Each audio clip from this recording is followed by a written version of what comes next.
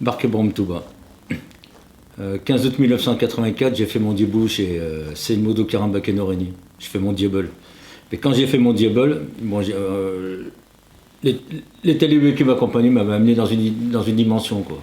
Mon diable, c'était: je ne reconnais aucune autre autorité que celle de Seynmodo Karambake Noreni. Et ça jusqu'à la fin des temps.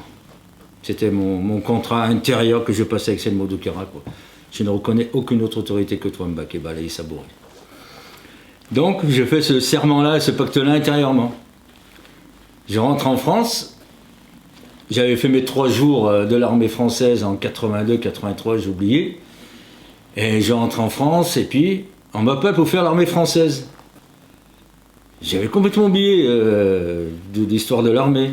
Et puis, à l'époque, c'était obligatoire, l'armée française, tu vois. J'ai dit, putain, merde. Moi, l'armée, je peux pas la faire. Parce que j'écoute aucun autre ordre que ceux de Seyntouba. Donc l'armée française, je peux pas la faire. Ils me convoquent, c'était à Grenoble, un camp des chasseurs alpins réputé très difficile pour se faire réformer là-bas. J'arrive à Grenoble, je fais mon baluchon. Dans mon baluchon, j'avais mis un court baïfal, un diaras baïfal, 2-3 slips, je prends mon baluchon, je prends le bus jusqu'à Grenoble, je descends, et je vais jusqu'au camp de l'armée là-bas. L'armée française. Je rentre. C'était l'époque où il y avait l'alerte rouge, parce qu'ils avaient bombardé le cousin de Kadhafi, et tous les camps militaires étaient en alerte rouge. Ouais. Et je rentre dans le camp des chasseurs alpins pour faire mon armée, tu vois. Tout en sachant que j'allais pas la faire, mais j'allais être confronté à quelque chose. Mais je suis arrivé avec une démarche, bon, qui m'était propre, mais qui me semblait conforme à la volonté de Seyntouba. Donc j'arrive à l'armée avec mon baluchon, avec mon diaras, mon cours dans le sac, et on fait l'appel, tout ça. On passe la première nuit dans le camp, appel au drapeau, je descends, tenue militaire, tranquille, en rang, et puis ils font leur truc, et puis j'appelle le sergent, ou je sais pas, celui qui fait l'appel, j'ai dit, monsieur, moi il faut que je voie le colonel, parce que j'ai un problème, je peux pas faire l'armée. Il me dit, hey, toi, ta gueule, petit con, et tout, ici, tu vas en chier, tu es là pour faire l'armée, et tout, tout ça. Je dis, moi, j'ai un problème, l'armée, je peux pas la faire, je vous dis, il y a un problème.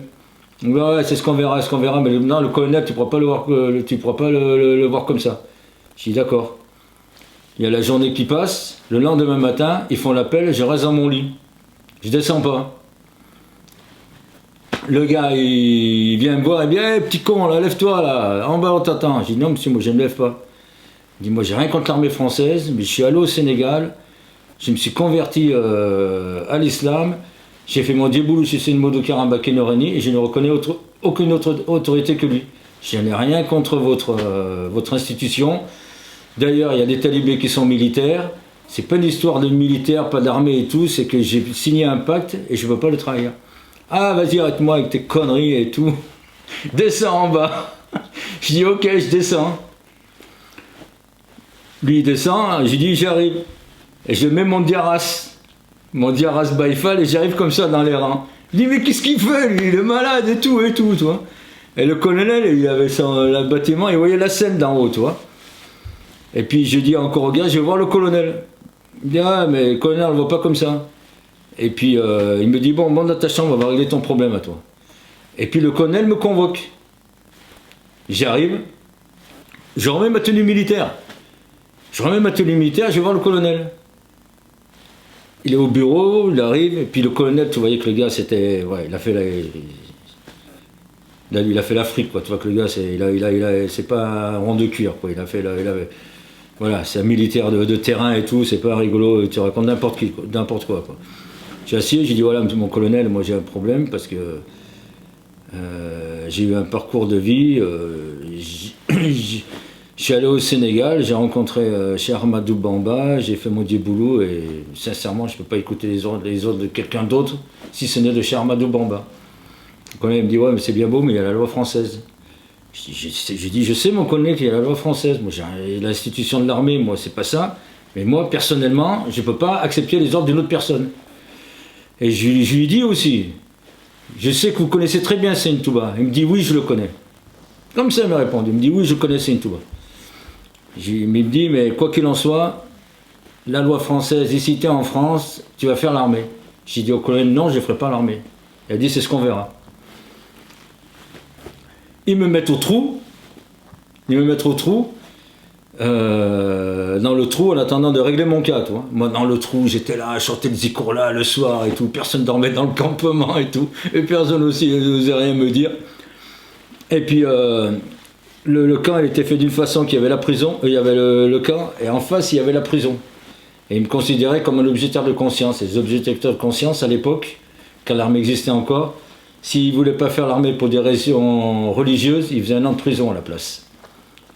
Alors, je suis dans le trou, il y a les petits sergents, tout ça, ils viennent, il me dit, bon allez viens, on t'amène là au tribunal à Grenoble.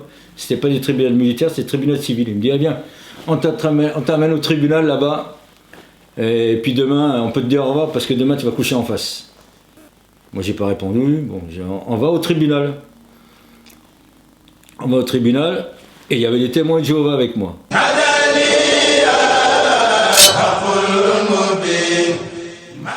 Les militaires, ils viennent me chercher pour m'amener au tribunal. On arrive au tribunal, il y avait les témoins de Jéhovah, il y avait des fumeurs de shit, il y avait 2-3 dealers, un gars qui avait des RT, enfin voilà les problèmes de la ville. Eux, les témoins de Jéhovah, c'était témoins de Jéhovah, 1 an de prison. Eux, déjà, la sentence était prononcée, ils connaissaient les risques et tout. Ils savaient qu'ils allaient prendre 1 an de prison, mais la famille était d'accord parce que c'était témoins de Jéhovah, tout ça. Respect et tout. Bon.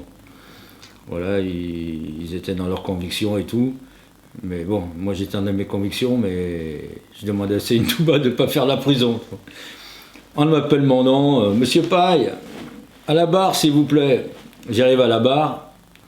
Alors il y a le procureur qui dit, ou quelqu'un, là, je sais pas comment ça se passait, un vrai tribunal, hein. Attention, hein. Le truc, tribunal, un vrai, ça rigolait pas. Et quelqu'un qui dit, voilà, Monsieur Paille, là, son parcours et tout, il est parti au Sénégal, il dit qu'il a rencontré là-bas un guide, et puis qu'il ne reconnaît que son autorité, il n'a rien contre l'armée, mais ça lui permet pas de faire l'armée, tout ça. Bon, moi j'écoute, je dis, ouais, effectivement, ce qu'elle dit, ça reflète un peu la réalité. Après, il y a le procureur qui prend la parole. Ouais, c'est monsieur, tout ce qu'il dit, c'est faux, c'est pour se faire réformer, Putain, moi je l'écoute, j'ai resté scotché. Après, je lui dis, mais monsieur, là, vous me connaissez pas, là, pour vous dites que je mentais, que je mens, moi. Je lui dis, moi je suis pas un menteur, monsieur, moi. Je lui dis que je suis allé au Sénégal, que s'est passé ça, ça et ça, et vous me traitez de menteur, vous êtes qui pour me traiter de menteur? On veut rien savoir, tu vas faire 1 an de prison et tout, et ils partent en délibéré et tout.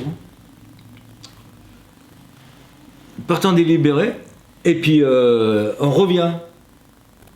On revient. Tout le monde en tribunal. Et il y a le juge qui est en face de moi, toi. Et moi je regarde le juge, et je lui explique mon histoire. Je commence à parler, toi, le juge me regarde. Il était dans une distance de 20-30 mètres, moi je le regarde, j'étais plus bas, lui il était en haut, c'était un tribunal, toi. Je le regarde, il me regarde, et entre nous, toi, il y a Céline Touba qui est intervenu. Toi. Il y a un faisceau de lumière qu'il y avait entre nous. On était que tous les deux au monde, je le parlais, il était aspiré, il y avait un faisceau de lumière entre nous, quoi. Il y avait une manifestation divine, quoi, on peut dire, toi, qui venait me sauver la mise, quoi. Et je discutais, le juge il est là, je vois qu'il... Voilà quoi, il me croit quoi, il a vu l'intervention divine quoi. Je finis de parler, tout ça, et après redélibération pour savoir quels allaient être les jugements et tout. Donc ils appellent tout le monde un par un, tu vois. Ils appellent les témoins de Jéhovah, bien sûr, 1 an de prison, fumeur de shit, 6 mois, tout ça. Monsieur Paille, ouais, j'arrive. Le juge il me regarde, il me dit bon, vu votre cas. Je peux pas, avant que je me prononce pour un jugement, il faut que vous fassiez une expertise psychiatrique. Tu vois? Moi je regarde le juge et je lui dis mais je suis pas fou monsieur, je suis pas fou. Et le juge il me regarde, il m'a fait comprendre. Dans son regard j'ai compris, il me dit c'est la seule issue que je peux te laisser que me permet le droit français. Démerde-toi pour passer pour un fou devant le psychiatre, mais c'est la seule chose que je peux faire pour toi, c'est que tu ailles chez le psychiatre, tu vois. Rien que dans les yeux, j'ai compris ça, tu vois. Donc, rebelote, les deux plantons là qui disaient que j'allais dormir en prison, ils me ramènent au trou, ils me voyaient revenir, ils en croyaient pas leurs yeux. Je dis putain, encore lui là, on n'a pas réussi à l'avoir et tout, tu vois. J'étais dans le camp, tu vois. Et puis, pour te dire, les militaires français, tu vois, ils m'avaient mis dans mon cellule avec mon sac. Il y avait toujours mon cours dans le sac, tu vois. Et un matin, le planton, il arrive, tu vois, mais c'est un militaire, le pauvre, il peut rien, tu vois. Il ouvre la porte de ma cellule, tu vois, et moi je prends mon cours et je sors avec mon cours comme ça. Et j'arrive au milieu du quartier des officiers, là, avec mon cours et tout. Tout le monde m'entoure, on me neutralise. Paf, on prend mon cours, tu vois. Et mon cours, je savais pas où il était, tu vois. On prend mon cours et tout. Et on me remet dans la prison, tu vois. Et j'attends le rendez-vous avec le psychiatre. Et là, c'est la première fois que j'avais peur. J'ai dit, putain, le psychiatre, ça va pas passer, parce que je suis pas fou, je sais pas faire le fou, il va voir tout de suite que... Il va me remettre, dire, toi, t'es bon pour le tribunal, t'es objecteur de conscience, toi. Je dis, putain, comment je vais faire? Et c'était à Lyon, toi, Grenoble-Lyon, on part chez le psychiatre, toi. Je dis, ah putain, on appelle mon nom, toi, j'ouvre la porte pour entrer chez le psychiatre, toi. Et puis le psychiatre, il avait eu mon dossier et tout avant, toi. Je rentre chez le psychiatre, toi, j'ouvre la porte, toi, et le psychiatre, il me regarde comme ça, il me dit, salam alaikum, nangadef. Je lui dis, ouais, Manguissant, tu sais, une toubabou barabar. Il me dit, ouais, ben j'ai lu ton histoire, là, que t'es baïfal et tout. Ouais, ben je vois que maintenant que tu es devant moi, que tu fais pas du cinéma et tout, il dit, écoute, je vais te mettre P4, même P5, il m'a dit, je vais te mettre P5 et tu seras réformé. Je dis, ouais, c'est cool, merci, parce que je me faisais du souci et tout. Et l'histoire, elle a fini comme ça, tu vois. Le psychiatre qui me dit salam alaikum, il me met P5 et tout. Je reviens au camp militaire, les plantons ils me voyaient revenir. Je leur dis tiens, j'ai eu P5 et tout, tu vois, j'étais réformé, j'avais gagné en fait contre eux, tu vois. Moi c'est une touba avait gagné, tu vois. Le colonel il m'a appelé. Il voulait me voir. C'est lui qui avait récupéré mon cours, Baïfal. Il me dit est-ce que je peux le garder? Je dis non, je le garde. Il m'a rendu mon cours, je l'ai mis dans le sac. J'ai quitté le camp militaire et je suis parti chez moi. Dieu fait une touba, Dieu fait borom touba, Dieu fait Cheikh Ahmadou Bamba.